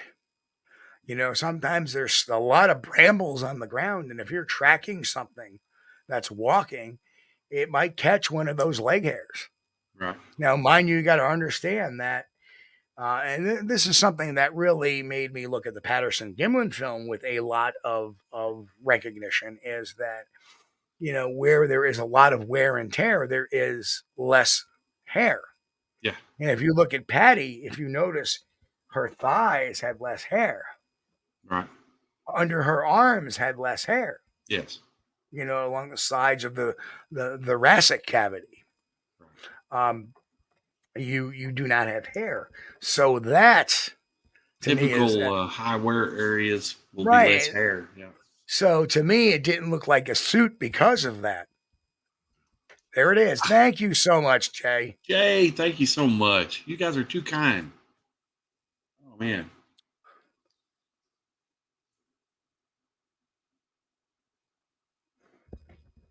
But yeah, I think personally, I think if you have a sighting and the creature is near a tree, they try to blend in with trees, and I think that they will put their arm around a tree or in behind a tree to kind of blend in or get close with the tree to make you think they're part of the tree.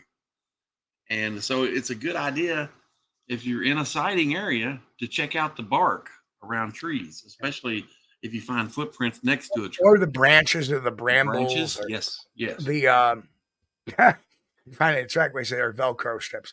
That's yeah, that's right. But Velcro wasn't invented in 1967.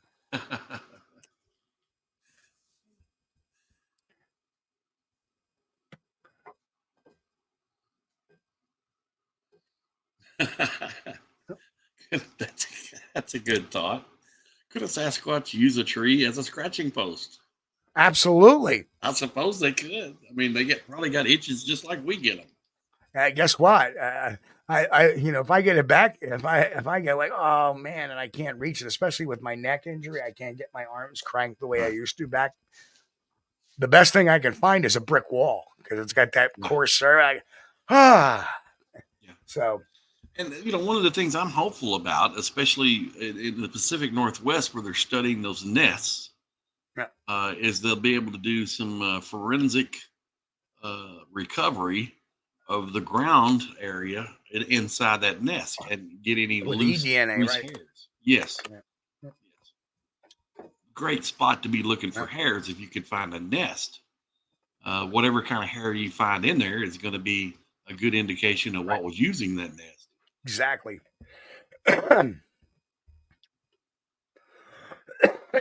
Wow. So let's talk about tree breaks. Because I'm so tired of seeing all these tree breaks. Now, mind you, this is in terms of tracking. What is a Sasquatch versus what is not? Too many times we see people posting pictures on social media of tree breaks with no other associated evidence. All right. And I once had a researcher go into this area that had no history of Bigfoot sightings and comes back and goes, look at all these tree breaks. This has got to be Bigfoot. Did you find any tracks? No. Hair? No. Any sighting reports to report? No. Then how the hell do you know this is Bigfoot? Right. There are no other corroborative things. Yep. It's kind of like this. If we find a piece of for example, something gets stolen from a store on the corner, right? And we go around the block and find a piece of the stolen merchandise on the ground. We can't tell the sex of the person that stole it. We can't tell the height of the person that stole it. We can't tell, right? Right. We can't even tell that if it was dropped there to begin with. That could have been dropped over there and then got kicked or knocked into another area, right? Without any evidence to support that. Yeah. So when you find tree breaks, if you can't find tracks, and believe it or not, here's the other big issue I have is that when certain people will look at these tree breaks, assume it's Sasquatch, start looking for track evidence and find something that may look like a track, start taking pictures of it because they have confirmation bias that this is caused by a Sasquatch. So that little dent over there in the ground has got to be a Sasquatch too. So you have to use a clear mind.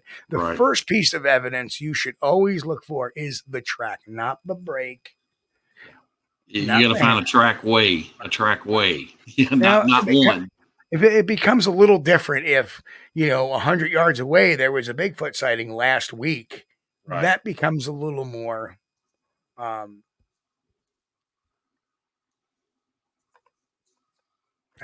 So Sasquatch-related tree breaks, twisting and snapping. Tops of trees, they twist. And the reason why is as they're walking, and like I said, I even have pictures of this for crying out loud. The one I tracked in Whitehall, that where 5 people had 2 sightings. Excuse me.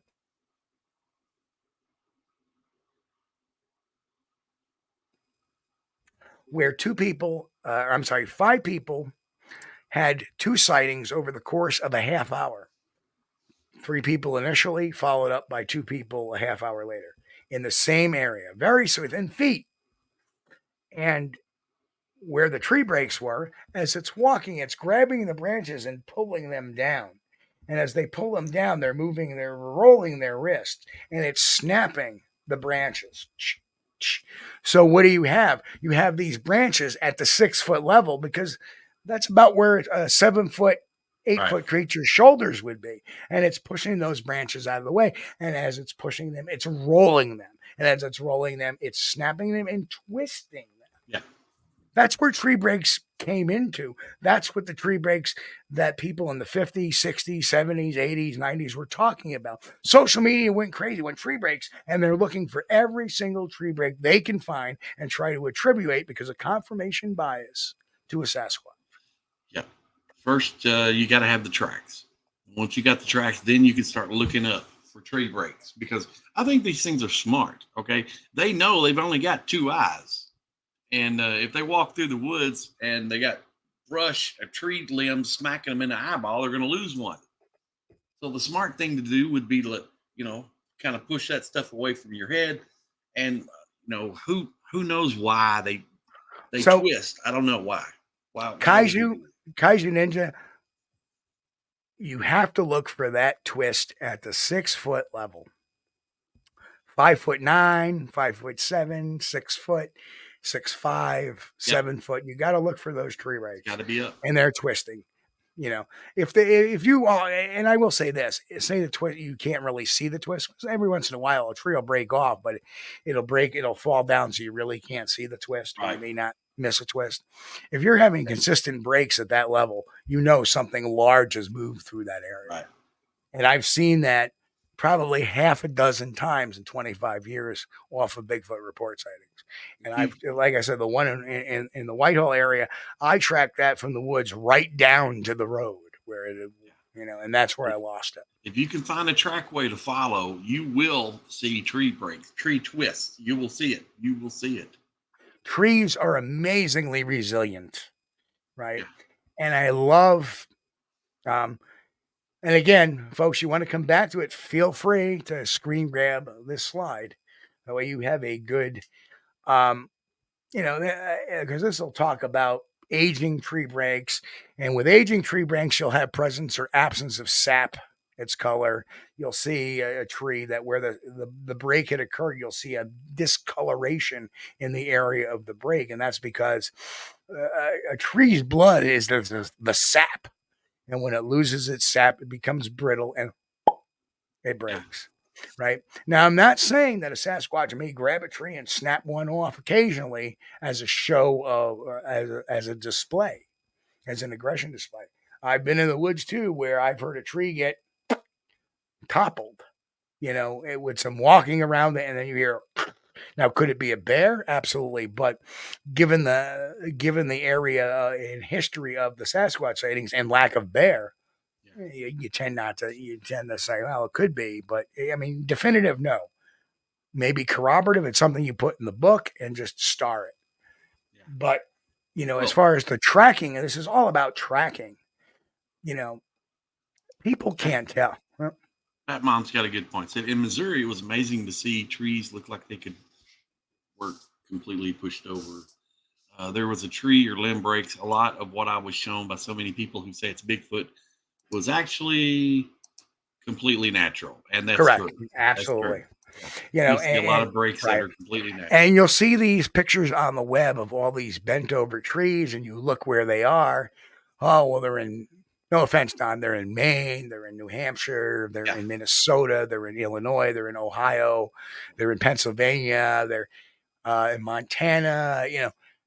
And what it is ice damage or snow load, and because the snows will bend that tree, and especially in a freezing rainstorm, if it's a cold snap is enough, say a front moves in, It's raining out. Then it turns to snow and ice. And then it drops to 10 degrees below zero. And that weight starts to go, it brings it down, right? And then that cold snap doesn't go away for a week, week and a half. Now that tree has kind of been formed to that. Yeah. Yes, you got to look for that twist. Kaiju Ninja says so. You got to look for the twist. That's right. That's right. That's a definite sign that you're on to something. Yeah, in conjunction with a trackway, okay, or some tracks or a siding. If you can pick out some tree twists, you're on to something. Right. And there's a great thing about snow accumulation tree breaks. Straight trunks do not accumulate much snow, making them less susceptible to snow-related breaks. So if you see where, a lot of people, look at this big tree or this tree and the top is snapped off. Well, it could be load from a, what are you doing over there, Chris? I'm rolling up a piece of paper as a visual aid. Thank you. As an audible aid. I'm opening up a battle of chips, a bag of chips, doesn't it? Does. But a regular limb break, like from snow or ice or something other, will just break down. Yep. It'll just drop down.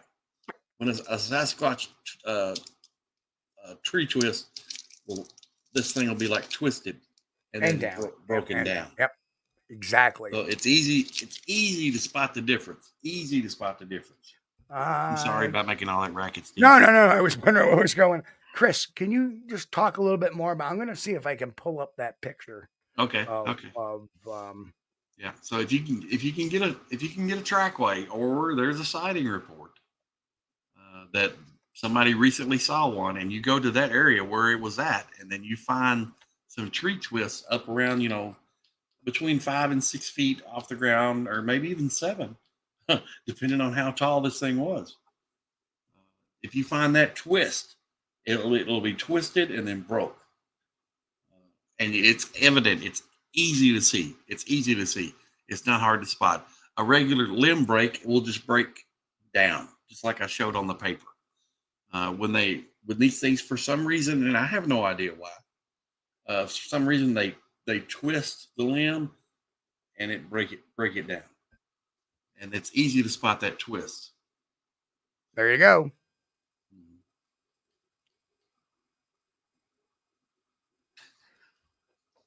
So there it is, right up there. Yeah.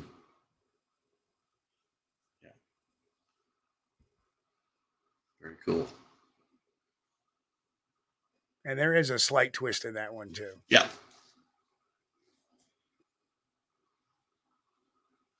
See, that's the thing. A lot of time they'll be easier spot because they won't break off all the way to the ground. The bark on the outside of the limb will hold it in place. But and there's one on the other side of the trail. Yeah. Mm-hmm. And like I said, you can tell it's been twisted because they're just hanging by a thread. Right. Yeah. It looks and like in actuality, too, yeah. There was one. No, it's not a technique to attract more animals. If you're talking about these tree breaks, you're talking about hinge cutting. Never mind. Look at slide number 1 here. It actually had pulled down a tree over the trail. Yeah. Because when these people went up the trail, this was not across the trail. So very interesting case there. Those guys were credible too. They were credible. Well, there's 5 of them. Yeah. And what happened, there was 3 girls that were leaving the little bonfire they had going on top of the hill. Yeah. And it was standing in the middle of the trail. And they ran back up the hill screaming. And the 2 gentlemen that were up there, one who was just returned back from the Gulf War, they walked down the trail. They escorted them out, and as they didn't notice anything. As they got to the bottom, they noticed that tree had been placed over the trail like that. Right. Wasn't there when they went up. So they walked him across the street, up the road to a parking area where the gun club was, in a very remote area. Of course, this is 11 o'clock at night. There's no activity going on at the gun club, let alone anybody firing anything. And even in the daytime, I mean, it's like a rural gun club, so you may get some people shooting off maybe once or twice a week. Yeah. Mainly on the weekends during the mornings. Right. Everybody else is at work. Right. Yeah. So the two boys decided to go walk. The two 20-plus-year-olds, they were like in their early 20s, and they go back up the hill, and then they spot one crouched over to the side, kind of crouched down. It was 5 foot tall, crouched down, and they had caught it out of the corner of their eye, and they looked at you see that thing? You're like, yeah, and it was kind of just right. So they turned around and they booked it out of there. And that guy would not go back up the hill. I don't blame him. So that's when I found where they had set it to crouch down. You know, that there's this going out of the area. Here's all these tree breaks. And the scary thing is that where it had walked down was not far from the parking lot to the Rod and Gun Club. Yeah. So whatever it was breaking down there kind of followed them down a little bit. So that was an interesting case. Mm-hmm. Kaiju Ninja says, I got to wonder when they do their wood knocking, could that cause a tree to fall over? I don't think so. But it wouldn't sound like a wood knock. Usually when you hit that wood on wood, that nice resounding pop. And otherwise you hear. Yeah, I went back. And the reason why I say that is I've taken, a club or a bat or a pot. I use a pot sometimes. Right. A good aluminum pot, you bang that against a tree because of with the back side of it, with the hollow side out, that right. will resonate to a resounding tree knock. Pop, pop. Right. But if you take that and hit it against a dead tree, that'll fall over. Or, you hit it against a dead tree, you don't get that resounding, you get a thud. Right. Because there's no life in that tree to give it that hollowness. It's all dead and crumbling inside. Well, in 2010, I was out with another investigator, and we had 2 trees come down while we were in this area. This was a hot area. There was a lot of activity going on there, and we had 2 trees come down in the maybe within a 5-minute period. So we left the area. The next day, I went back for a follow-up. I found both of those trees. They were around 125 yards from where we had been standing, and they were down in opposite directions, and both of them had been not uprooted, but the roots had been pulled over out of the ground. So you could see the root ball on the bottom of the tree, like something had grabbed it and pulled it over, or as I theorized before, that one of them had climbed it and used his weight to topple the tree over. But there wasn't any beat marks on it or anything. I mean, can you imagine if you leave an axe out there in the wood? They would probably chop down all the trees. Something to do.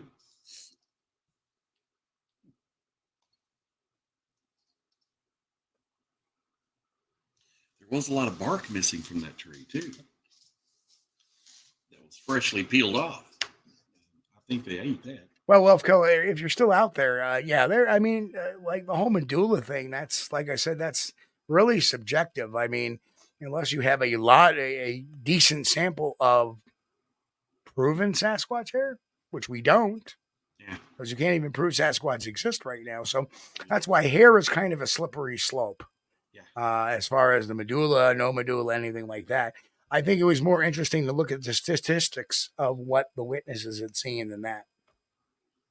So we got some questions that's from the beginning of the show here, Steve. Let me put some of these up here. Kaiju Ninja said, wait, they eat nettles? Well, I don't know what they eat. Don't know. Humans do. Humans eat bull nettles. I've had some before.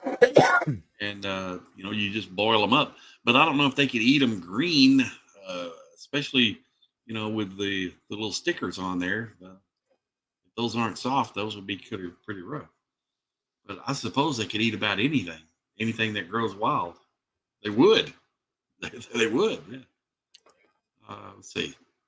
Kaiser Soze says, do either of you gentlemen know of a credible investigator in the eastern Pennsylvania, western New Jersey area? Sean Forker. He is in Williamsport, Pennsylvania. Yeah. And Mrs. Trackway says, I don't get the funky smell. From an evolutionary standpoint, to incite fear, it would have to be voluntary if you trust all the witnesses who don't report a smell. Well, that's a great point, but Yeah, it is. but here's the logical thing. Either one, there's an olfactory glands underneath their arms, or like a gorilla. A gorilla has olfactory glands, and when it's under stress, it will release a very musky, stinky odor. Yes. Conversely, if the creature's hygiene is not necessarily up to snuff, think about it. They're urinating, they're Yes. depositing fecal matter, they're laying on the ground. Then they have sweat because they're a primate. Primates sweat. They don't pant. We've never seen a Bigfoot go, right? Because another difference, and that's another difference of why a Bigfoot doesn't shed, is because it has pores and skin and it sweats like we do, because we've never seen a Bigfoot panting, really, like with its tongue sticking out, because the animals that have fur, when they get really hot, like a bear or a dog or even a cat will pant too. When they get really hot, they use their tongues to cool down their body. That the cool air going into their lungs and into their mouths cools them down. That's how they ventilate. They don't have sweat glands. And some of the witnesses reported a smell, reported an odor, and other witnesses reported no odor. And I have smelled one. I can attest to that fact. Sometimes you can get an odor on one. Sometimes they have no odor. And it may just depend on whether the wind's blowing one way or another, too. I don't think so, because, man, that smell was like bang, like holy crap. Right. And at the time, it was the wind wasn't blowing. In fact, the wind didn't blow until after it had left. Okay. Yeah. So it's like, what the hell? And then the two I had seen, I mean, we found the Ford-Ann cast after we found the trackway and everything. And the two I had observed, I didn't smell a thing. Right. So there's that decomposing body, rotten flesh smell that is so strong it will initiate the gag reflex of anybody that smells it. Yeah. So if you want to learn more about it, because right now we don't have time to dig too much. We're just about done. But just look up the term apocrine glands, APOCRINE gland, and that should tell you a little more. So we do have primates that have these glands that emit a smell, and a stink. Yeah. So you'll get that really stinky dead odor. Sometimes you'll get that wet dog musky skunky smell, odor, swampy smell. Yeah. Let's see, Kaiju Ninja. Well, we haven't even got.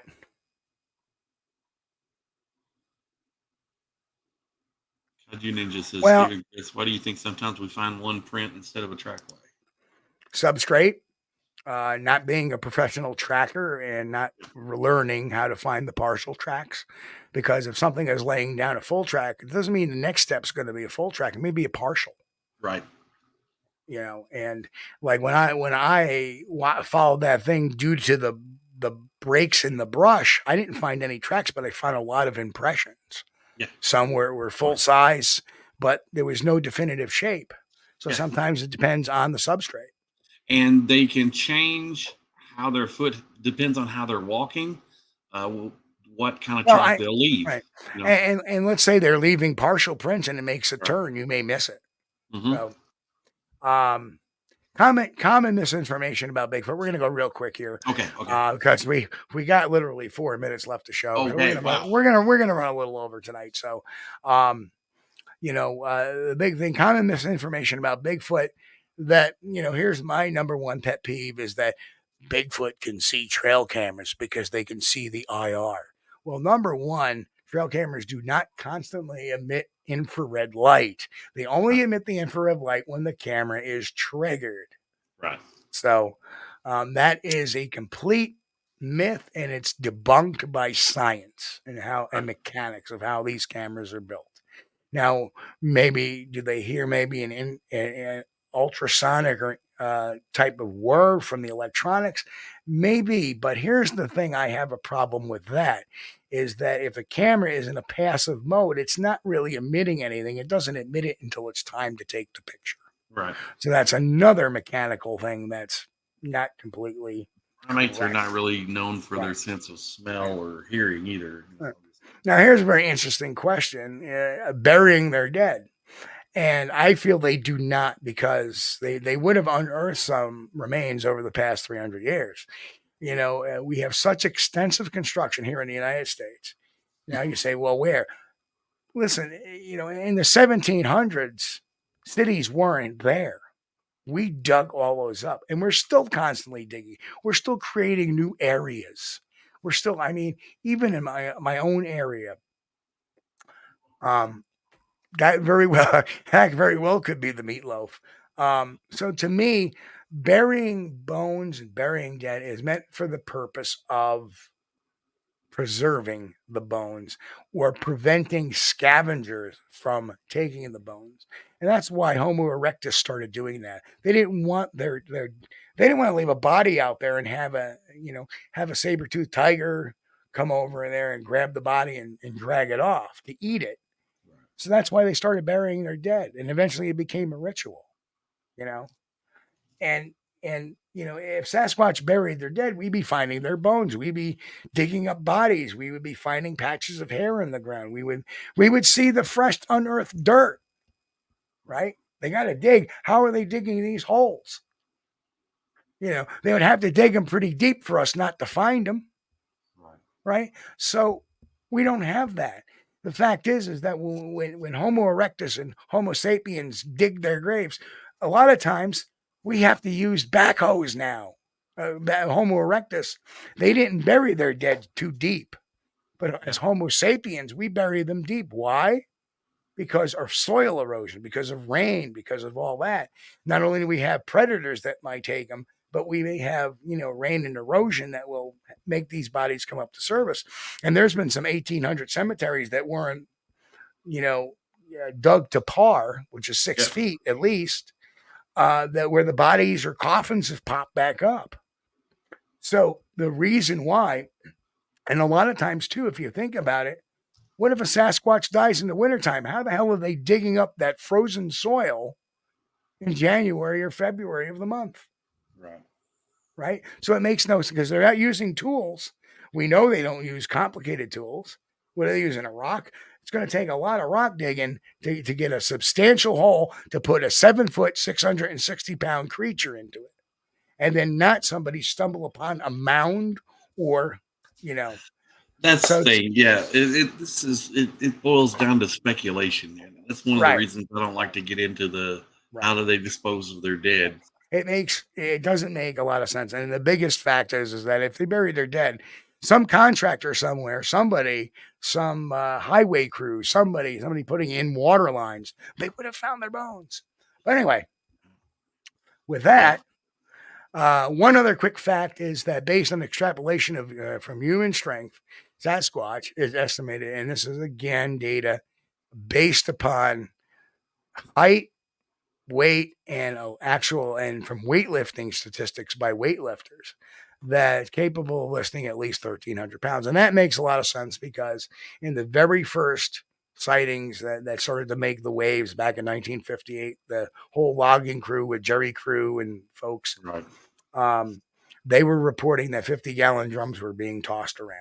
Yeah. So that kind of makes a lot of sense. But anyway, full drums. Right. Dr. Fehrenbach suggested that that there's a substantial population of Sasquatch, possibly in the low thousands across the United States. And that's again based on using statistics of other animals that exist in the wild. So based upon data sets where they've been reported sightings. So take that for what it's worth. Again, I don't know. Yeah. But anyway, another speculation. Right. But based on evidence, though, based on information. Yep. Well, anyway, that's our show for tonight. Chris, you want to take us out? Okay, again, I want to thank everybody for joining us tonight. We appreciate you guys spending your Sunday evening with us. And these last Wednesday and Friday, it's like we're almost living together now. But thank you guys. We appreciate you. And you guys make the show. You're the best Bigfoot audience we could ever hope for. And we're pleased, honored, and thrilled to have you spend time with us and hang out with us.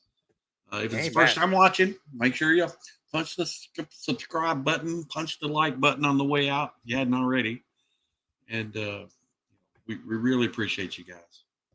Steve. And folks, behalf on me and Chris, we want to wish everybody a happy, healthy, and safe week. We will be back this Friday night, 9 p.m. Eastern, with an all-new Friday Night Bigfoot show. And unless, of course, something, the fall floors out of the friggin' Bigfoot world again this week. We may go live any minute. You never know. 3 o'clock in the morning. No, I'm not calling Chris at 3. It can wait. It can wait till the evening. Sorry. But anyway, we will catch everybody next Friday night, 9 p.m. Eastern. Everybody have a great, safe, healthy week. God bless. And of course, keep on squatching. We'll see y'all in a little bit. We thank you for being here with us on Squatch-D TV. If you haven't taken the time yet, please hit that like button and subscribe to the channel. And oh yes, hit that notification bell too. We don't want you to miss anything. If you really like our content, you should consider becoming a member. And it's really inexpensive and a great way to support not only the show, but honest Bigfoot research. Everyone have a great week. Be safe and God bless. We will see you all here next time on Squatch-D TV. Keep on squatching.